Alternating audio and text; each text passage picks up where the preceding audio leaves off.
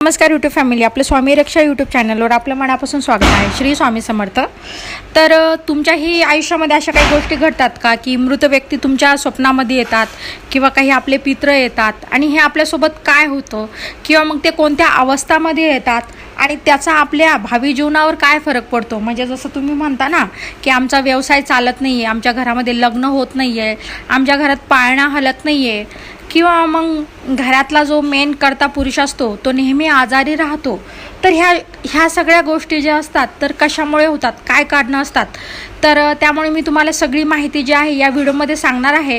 त्यामुळे व्हिडिओ हा खरंच महत्त्वपूर्ण होणार आहे. व्हिडिओ हा शेवटपर्यंत बघा.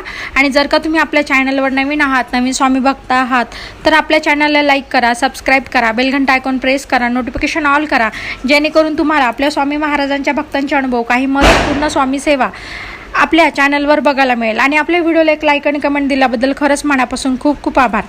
तर चला आजच्या महत्त्वपूर्ण व्हिडिओला आपण सुरुवात करूया. तर आता काही जणांच्या बाबतीमध्ये असं होतं की जेव्हा पितृपक्ष असतं तेव्हा त्यांचे पितृ त्यांच्या स्वप्नात येतात.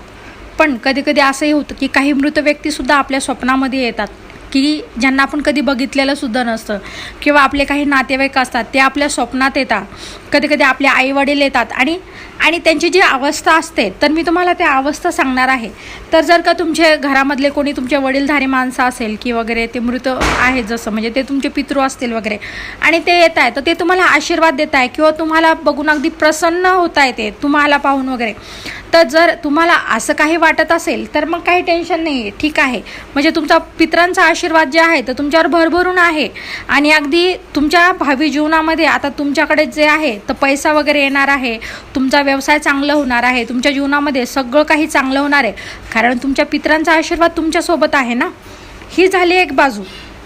पण जर तुम्हाला तुमच्या स्वप्नामध्ये मृत व्यक्ती दिसत असेल, दुसरे कोणी दिसत असेल वगैरे, आणि तुम्ही जिथं राहताय वगैरे आणि ते तुमच्या ओळखीचे नाही, पण ते अशा अवस्थेमध्ये दिसत आहे की काही जण अगदी तुम्ही त्यांच्याकडे बघितलं की त्यांचं अगदी भयान रूप असं तुम्हाला बघायला मिळत असेल किंवा मग ते अचानकच गायब होत असेल किंवा ते काही खाता पिताने दिसत असेल, तर मग त्या घराची जी वास्तू आहे तिथे कोणीतरी पित्र आहे आणि ते अशांत आहे. त्याच्यामुळं तुम्हाला त्याचा त्राससुद्धा होऊ शकतो की बऱ्याचशा ताई असतात, दादा असतात, काही कारण नसताना घरात आजारी पडलेले असतात, घरातलं एखादं चांगलं काम होत नाही आहे, एखादं कार्य होत नाही आहे, जे काम करायला घेत आहे त्याचं काही उलटच होतं आहे, तर त्याचा अर्थ असा सुद्धा असू शकतो.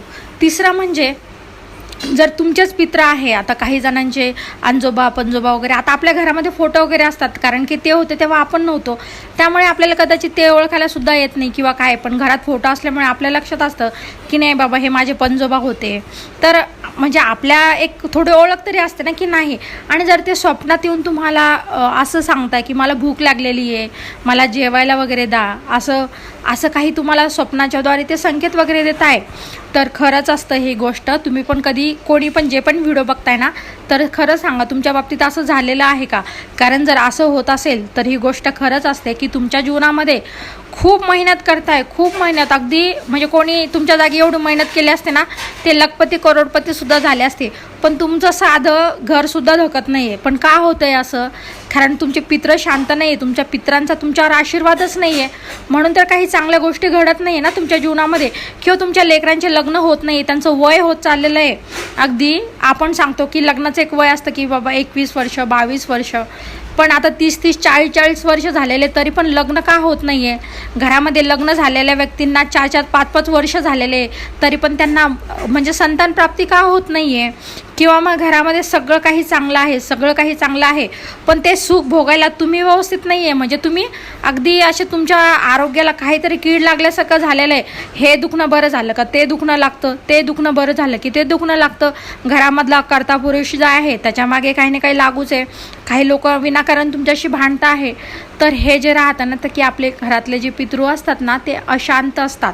आणि जर तुम्ही कुठे भाड्यानं सुद्धा राहत असेल आणि तुम्हाला त्या वास्तूवर पण असा त्रास होत असेल तर तिथे मी तुम्हाला नेहमी सांगते की तुमच्या आजूबाजूला एकदा तुम्ही बघा ना की पिपळाचे झाडं वगैरे आलेले आहे का भिंतीमध्ये वगैरे. जिथं जेवढे झाडं आले असतात ना छोटे छोटे का होईना, ती जी जागा असते ना तर तिथले पित्र जे असतात ना ते अशांत असतात, त्यांची काहीतरी इच्छा अधुरी असते. म्हणून तर करतो, पितृदान करतो, त्यानंतर पिंडदान करतो, आपल्या पित्राच्या नावाने जेवू घालतो. हे करणं गरजेचं का असतं? ज्यांना विश्वास आहे, ज्यांना नाही आहे. पण ज्यांना नाही आहे विश्वास, त्यांच्या जीवनामध्ये तर चांगलं वादळ आलेलं आहे ना. फक्त मग ते काय म्हणतात, नाही आपणच काही केलं असेल किंवा आपल्याकडनंच काही झालेलं असेल. पण जी वस्तुस्थिती आहे ती मात्र ते एक्सेप्ट करणार नाही. ते त्यांचंच मनाचं करणार. मग ते त्यांचं मनाचं करणार, पण त्यांच्या एका मनाने करणार आहे. त्याचं जे आहे सगळं संकट त्यांच्या घरच्यांना भोगावं लागतंय. त्यामुळे जर असं काही होत असेल तर मी तुम्हाला अवस्थाही सांगितलं की तुमच्या याच्यामध्ये अगदी पितृ आणि पितृपक्षात तर येतात, पण जर इतर, आणि आपणही कधी असं ऐकलेलं असतं की जर आपल्या पूर्वजांना आपल्यासोबत काही गोष्टी सांगायच्या असतात तर फक्त स्वप्नाचंच एक माध्यम असतं की त्या माध्यमातून ते आपल्यापर्यंत पोचू शकतात आणि आपण त्या गोष्टींकडे दुर्लक्ष करतो. जर का तुम्हाला तुमच्या स्वप्नामध्ये तुमचे पूर्वज, तुमचे आजोबा पणजोबा, तुमचे पितृ अगदी तुम्हाला अगदी तेजस्वी रूपमध्ये दिसत आहे, अगदी देवरूपी दिसत आहे, ते त्यांच्यामध्ये अगदी प्रकाश दिसतोय, अगदी त्यांच्यावरचं तेज बघून तुम्हालाही वाटतं की बाबा माझ्या स्वप्नात काही देव तर नाही आला. तर मग तुमचं येणाऱ्या भावी आयुष्यामध्ये खूप चांगल्या गोष्टी घेऊन येतात. आणि जर का तुमचे पित्र अगदी खूप गरीबसारखे, त्यांचे कपडे फाटलेले आहे आणि अगदी त्यांची म्हणजे काहीतरी इच्छा अधुरी आहे वगैरे, तर अशा वेळेस आपण दानधर्मसुद्धा त्यांच्या नावाने करायला पाहिजे, त्यांना जेवूसुद्धा घालायला पाहिजे. त्यांचं जे काय असेल त्यांची विधिवत सगळी पूजा वगैरे करून तुम्ही तुमच्या जीवनामध्ये जे पण काही गोष्टी असतात की मी तुम्हाला सुरुवातीला सांगितलेलं आहे की लग्न होत नाही बऱ्याचशा दिवसापासून, किंवा मग संतान प्राप्ती होत नाही आहे, खूप मेहनत घेत आहे पण व्यवसाय हा चांगला चालत नाही, नोकरीमध्ये सुद्धा यश येत नाही, तर ह्याच अडचणी असतात की आपले जर पित्र खुश नसतील तर त्यांचा आशीर्वाद आपल्याला देखील मिळत नाही आहे आणि वारंवार स्वप्नात येतात. तुम्ही म्हणता ना की कधी कधी मला कमेंटसुद्धा येतात की ताई आमच्या स्वप्नामध्ये काही मृत व्यक्ती येतात. तर तुम्ही जिथे राहत आहे ना, तर ही गोष्ट तुमच्यासोबत वारंवार घडत आहे ना, तर तुम्ही समजून जायला पाहिजे.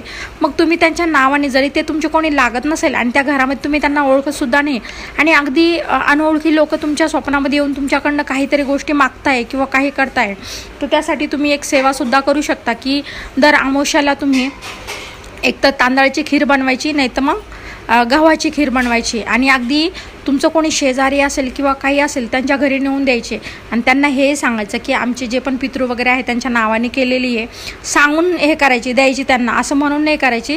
मग ते पण खातील अगदी, नाही तर ते म्हटले आम्हाला चालत नाही वगैरे, ते काही हरकत नाही. पण तुमच्या घरातल्या कोणत्या व्यक्तीला नाही खाऊ घालायचं, अगदी परक्या व्यक्तीला म्हणजे बाहेरच्या लोकांनाच ते तुम्हाला खाऊ घालायचं आहे. आणि जर तुम्ही असं केलं तर ही सेवा जर तुम्ही चालू केली प्रत्येक अमावस्याला, तर तुम्हाला खरं फरक बघायला मिळेल. जे आजपर्यंत झालं नाही त्या गोष्टी व्हायला लागतात. आणि जसं मी तुम्हाला सांगितलेलं आहे की पितृपक्षामध्ये तर करायचंच वगैरे, पण ही अमावस्याची सुद्धा तुम्ही सेवा चालू करा, तुमच्या जीवनामध्ये सगळं काही चांगलं होईल. सगळं अगदी तुम्ही विचार पण नाही केला होत्या त्या सगळ्या गोष्टी चांगल्या होतील. कारण आपल्याला हा व्हिडिओ बऱ्याच दिवसापासून बनवायचा होता, कारण मला बरेचसे कमेंट्स वगैरे पण येतात किंवा व्हॉट्सअपवर पण काही ताई विचारतात की बाबा ताई स्वप्नामध्ये असं आलं होतं आणि बऱ्यापैकी जे आहे तर मृत व्यक्तीच काय येतात, मग ते कोणत्या अवस्थेमध्ये राहतात. तर मी तुम्हाला सांगितलेलं आहे, जर ते खूप असं भव्य रूप घेऊन येत असेल तर समजायचं की भावी आयुष्य खूप चांगलं जाणार आहे, आशीर्वाद भरभरून मिळणार आहे. पण ती अवस्था सोडून बाकी काही दिवसाचं असेल तर तुमच्यावर संकटसुद्धा येतील, तुमचे कामंसुद्धा होणार नाही. म्हणून मी तुम्हाला याची सेवा काय करायची आहे ते सुद्धा अगदी डिटेल्समध्ये सांगितलेलं आहे. जर तुम्हाला काही म्हणजे सेवा चालू असताना किंवा व्हिडिओबद्दल काहीतरी तुम्हाला हे वाटत असेल काही स्वप्नांबद्दल वगैरे, तर मला कमेंट करू शकता, मी तुम्हाला तिथे. तर असा काही आजचा महत्त्वपूर्ण व्हिडिओ होता. व्हिडिओ कसा वाटला मला कमेंट करून सांगा. आणि तुमच्याकडे पण जर काही स्वामी सेवा असेल, स्वामी अनुभव असेल, एखादी सेवा असेल ज्याने फरक पडला असेल तर मला व्हॉट्सअप करू शकता. तर चला मग भेटूया अशाच नवीन व्हिडिओमध्ये. धन्यवाद.